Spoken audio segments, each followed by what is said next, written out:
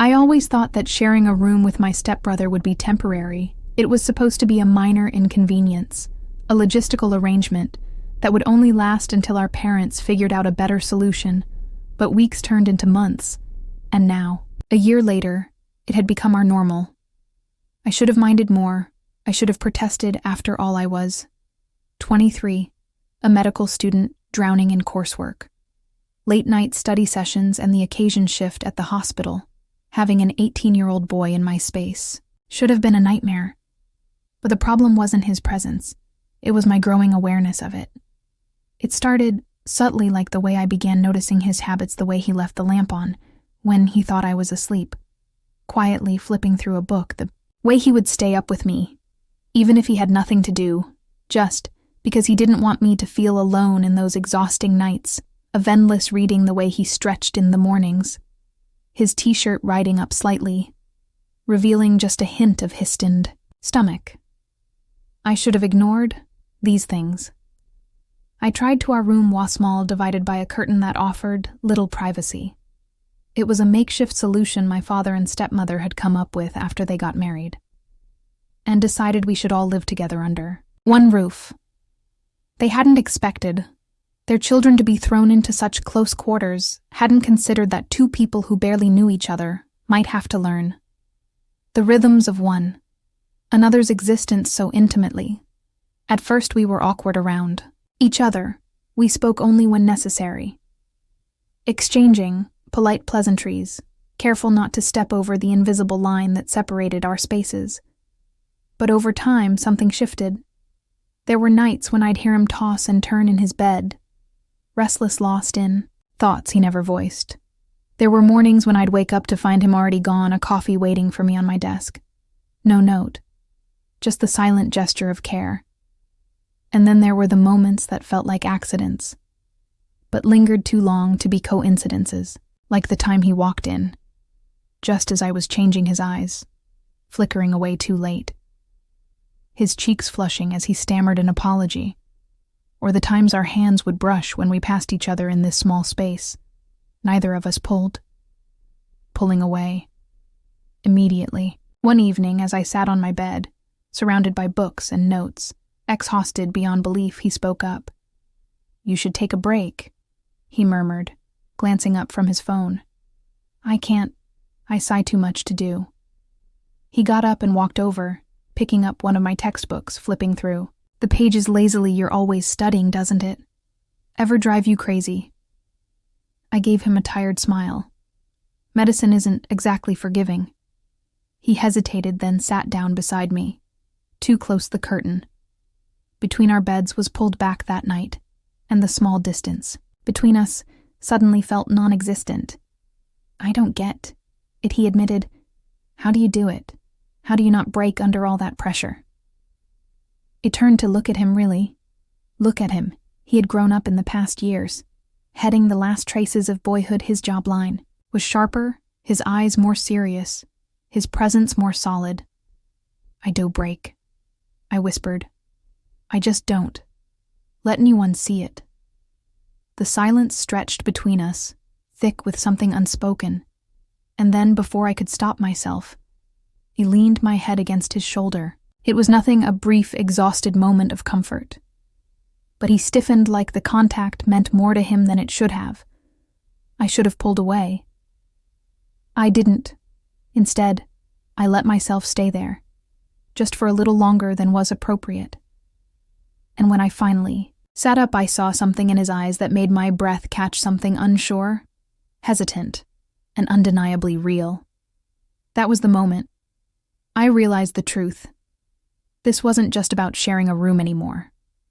This was something far more dangerous. After that night, something changed. We didn't talk about it. We pretended nothing had happened. But the air between us felt charged. Every movement, calculated every glance. Too brief for too long.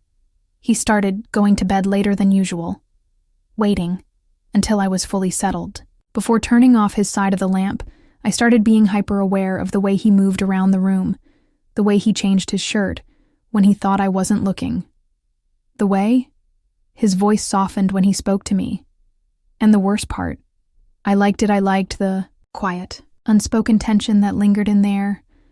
I like the way he noticed things about me that no one else did. I like that he stayed up with me, even though he had no reason to, but I couldn't. Like it. I shouldn't. One night I came home late from my hospital, shift my body, act my mind was heavy, and all I wanted was to collapse into bed. But as I opened the door to our room, I found him still awake, sitting on his bed with his laptop. "You're late," he said, his voice low. Almost accusing, I blinked at him since. "When do you care?" His jaw clenched.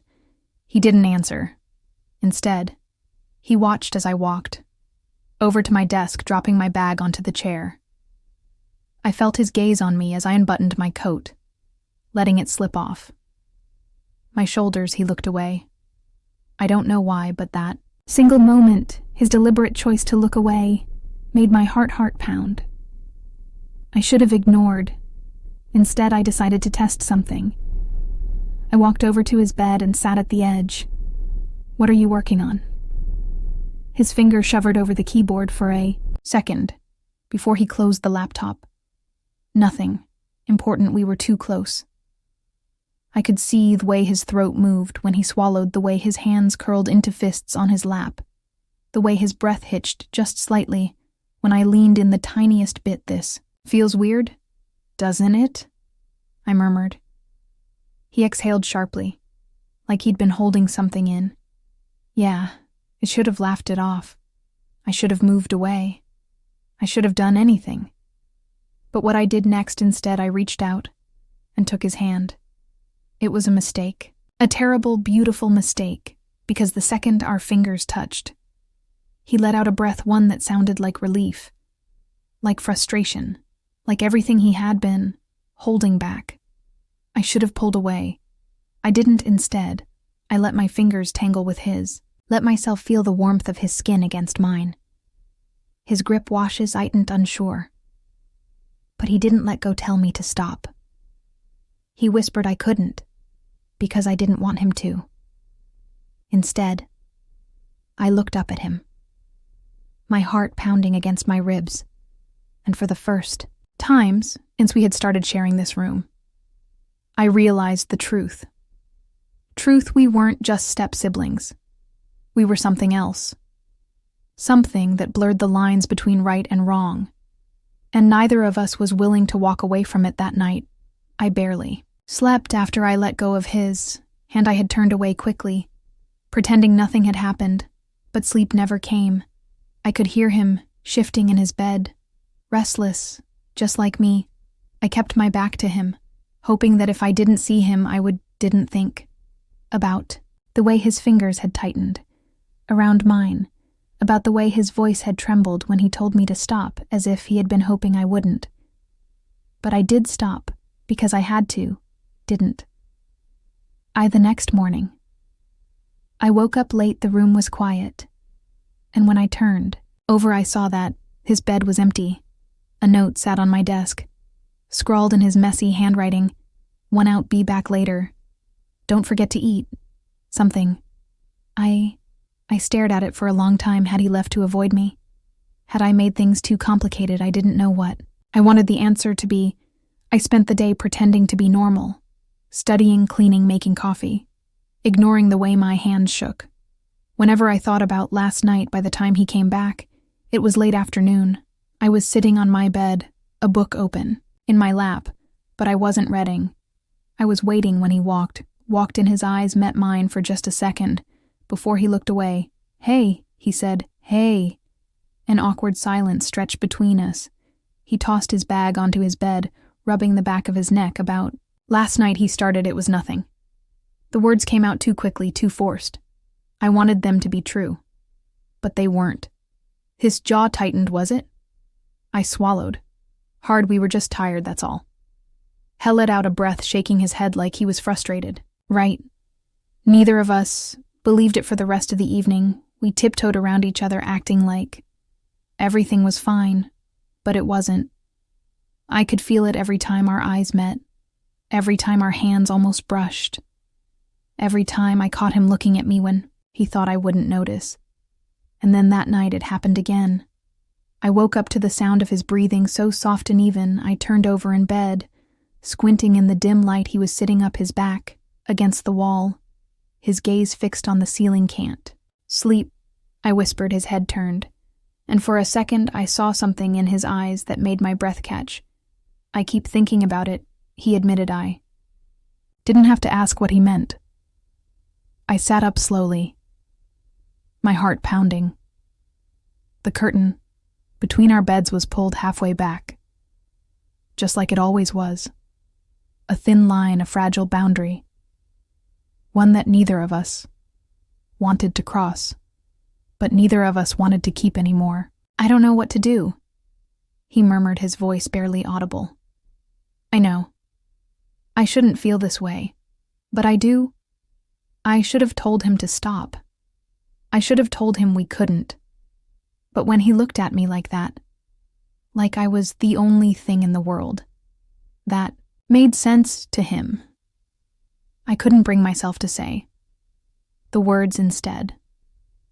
I whispered me, Tussalin's heavy, waiting then before I could talk myself out of it. I reached for his hand again, just like before. And this time neither of us let go. One evening when I came home from university, he proposed to me. It started with a simple offer.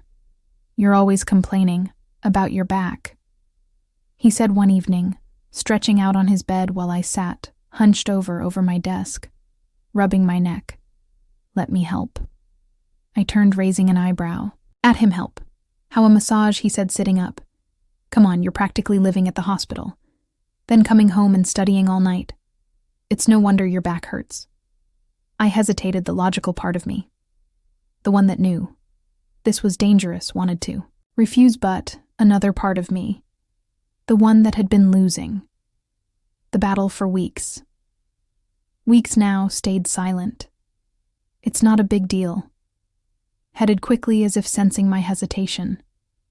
I used to do it for my mom. Sometimes when she had back pain. You'll feel better, I promised. That should have made it easier to say yes.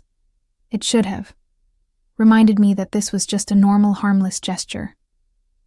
So why did my pulse quicken? Why did I feel like if I let this happen, there would be no turning back? I swallowed hard. Okay, just for a little bit. He patted the space in front of him. Sit here. I moved slowly, climbing onto his bed, sitting with my back to him. I pulled my hair over one shoulder, my hands twisting together in my lap. I felt the mattress shift as he adjusted behind me. For a moment there was nothing. Just silence, just the awareness of how close we were, and then his hands touched my shoulders. I inhaled sharply. He didn't say anything. He just started moving his fingers, pressing gently at first, testing. I tried to stay still, but the first roll of his thumbs against my muscles made me exhale shakily. I hadn't realized just how much tension I was carrying until I felt it start to melt away under his touch. His hands were strong but careful. He worked slowly, his fingers kneading into the knots at the base of my neck, then gliding down to my shoulders. You're so tense, he murmured. How do you even move around with your back like this? I let out a breathless laugh. Medical students don't get the luxury of functioning properly. His hands moved, lower, pressing into the space between my shoulder blades. My body reacted before I could stop it, relaxing under his touch. I shouldn't have let this happen. I should have told him to stop, but I didn't. His fingers found another spot near my spine, and I made the mistake of letting out a quiet, unguarded sound, something between a sigh and a hum of relief. His hands stilled for just a second. The air between us changed. I felt him inhale slow and controlled. Then he kept going, but his movements were different now, slower, more deliberate. His hands skimmed over my shoulders again, his thumbs grazing along the curve of my neck. A shiver ran down my spine. I swallowed hard. This is really good, I admitted, my voice barely above a whisper. Yeah, his voice was lower now. Softer. Told you. I felt him shift behind me. His breath was closer to my ear now, and I swore I could hear his heartbeat. Or maybe it was mine. He pressed his thumbs gently into the base of my skull, massaging small circles, and I bit my lip to keep from making another sound. Everything about this was dangerous. Everything about this should have made Em pull away, but I didn't. Instead, I let myself lean back just slightly, my body betraying me. I felt him go. Still, neither of us spoke.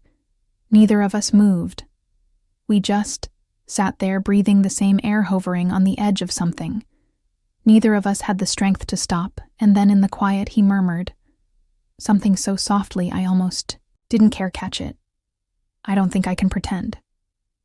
Anymore, I turned my head slightly, just enough to meet his eyes. Pretend. What I whispered, his fingers were still resting against my shoulders, his grip light but warm. His gaze flickered down to my lips, just for a second before meeting my eyes again. He looked torn, like he was standing at the edge of a cliff. Unsure if you should jump. I should have stopped. This I should have pulled away. But I didn't. I just waited. Waited for whatever came next. And whatever it was, I knew I wouldn't stop it. His fingers still rested on my shoulders. His touch no longer just a massage. It was something else now, something heavier. Neither of us moved. Neither of us spoke. But in that silence, everything was loud. I could hear the unsteady rhythm of my own breathing. The way my pulse thrummed in my ears, I could feel his presence behind me close. Too close. And yet not close enough. His hands tightened slightly against my skin, just for a second before loosening again, like he was testing himself. Testing me. I turned my head slowly, just enough to see him over my shoulder.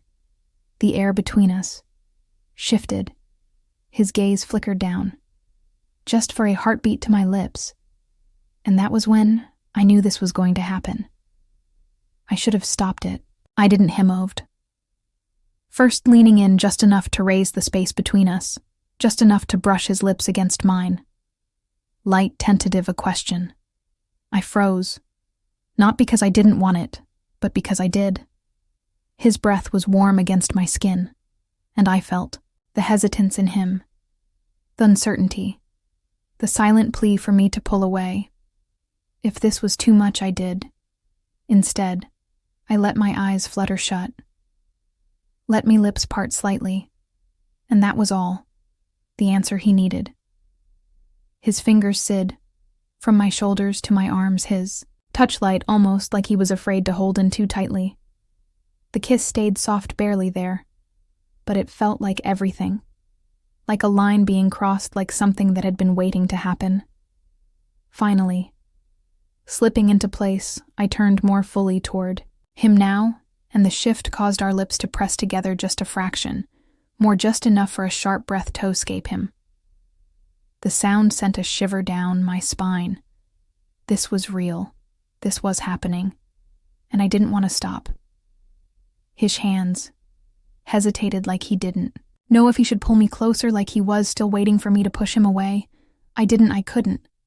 Instead, I leaned in, just the tiniest bit more, deepening the kiss without meaning to, letting my fingers brush against his wrist. That was all it took. His restraint wavered, and his hand came up, fingers grazing my jaw before sliding into my hair. His grip was gentle but firm, like he was still trying to convince himself this was real. The kiss was still light, still careful, but it was enough, more than enough. It was everything second stretched into something unmeasurable. And then, just as suddenly as it had been done, he pulled away, not far. Just enough to break the kiss, just enough for us to sit there, forehead to forehead, breathing the same air, both of us caught in the weight of what we had just done. I opened my eyes.